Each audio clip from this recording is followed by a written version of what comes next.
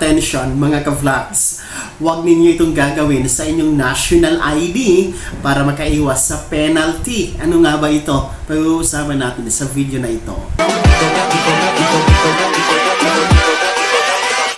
Hold up.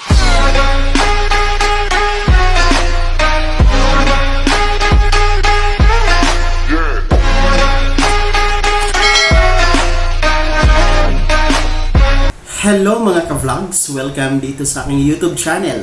Magandang araw po sa lahat ng mga manonood. Saan po kayong dako sa mundo? Kumusta mga ka-vlogs?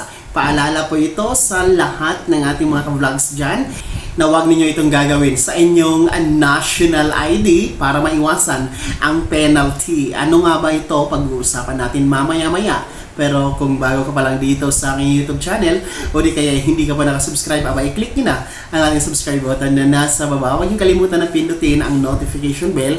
Ilagay nyo po sa all para naman updated kayo sa lahat ng mga videos na i-upload ko. Yes po, mga ka-vlogs, kung kayo po ay kukuha ng national ID, huwag ninyo itong gagawin.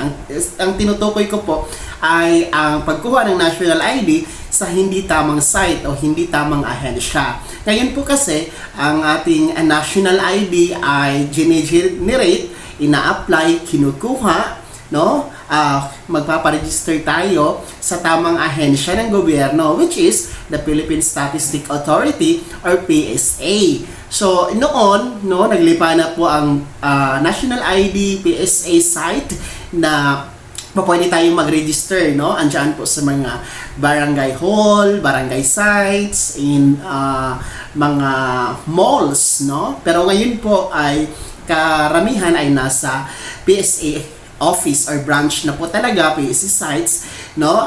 Magpaparehistro ng ating national ID. So, wala pong dapat ibang ahensya, wala pong dapat na ibang entity, no, mga grupo, individual na mag-i-issue ng national ID maliban po sa PSA. Sinasabi ko ito para aware po kayo sapagkat ang ating national ID ay considered as primary valid ID. Ibig sabihin, siya po ay kinikilalang valid ID dito sa Pilipinas sapagkat sa ngayon, no, suspended po ang ating postal ID, suspended po ang ating SSS ID or UMID. So, ang papalit po itong ating national ID.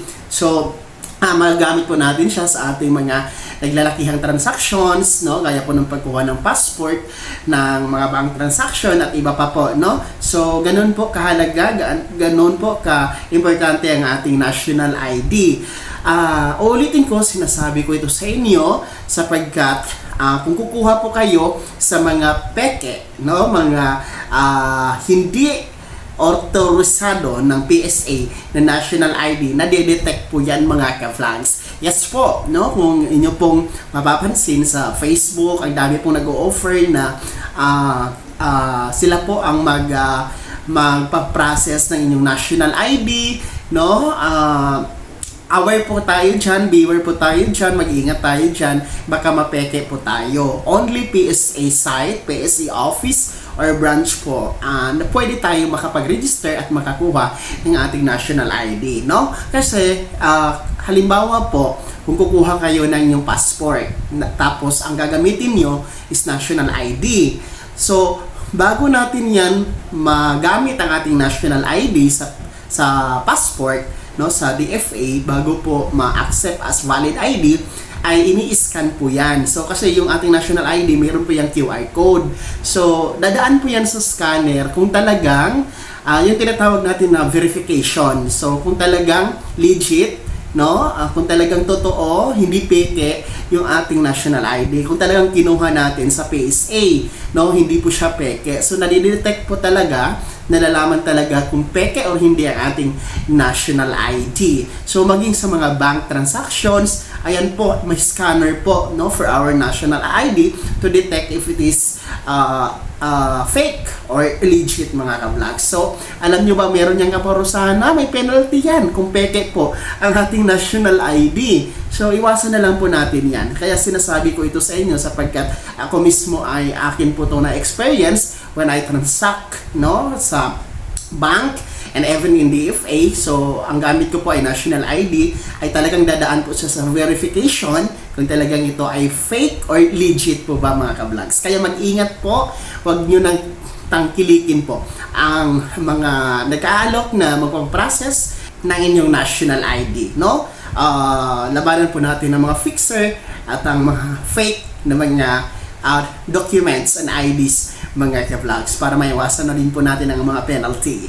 So yun po ha, paalala po yun mula dito sa ating YouTube channel para sa inyo mga ka-vlogs. Bago ako matapos sa video na to, kung gusto niyo po sumuporta sa aking YouTube channel, maaari po i-click ang ating super thanks button na nasa baba. Sa mga gusto maging miyembro, pwede po i-click niyo po ang ating join button, mamili kayo ng perks. Ang dami dyan mga ka-vlogs, be my member now. Sana'y naging gabay ang video na to kahit paano na pag-uusapan natin ang mga mahahalagang bagay-bagay na may kinalaman po sa ating mga pang-araw-araw na mga transaksyon at dokumento bilang Filipino. Kung hindi ka pa nakasubscribe dito sa aking YouTube channel, i-click nyo na ang ating subscribe button na nasa baba. Huwag nyo kalimutan na pindutin ang notification bell. Ilagay nyo po sa all para naman updated ka sa lahat ng mga videos na i-upload ko. Maaari nyo din i-like ang video na to at kung meron ka pang mga katanungan, maaari nyo i-komento sa comment section na nasa baba. Paki-follow na din po ang aking official Facebook page na nasa screen nyo. Muli po, ako si Daniel Timpao na nagsasabing dito sa aking YouTube channel, Pawang Katotohanan at lahat totoo lamang.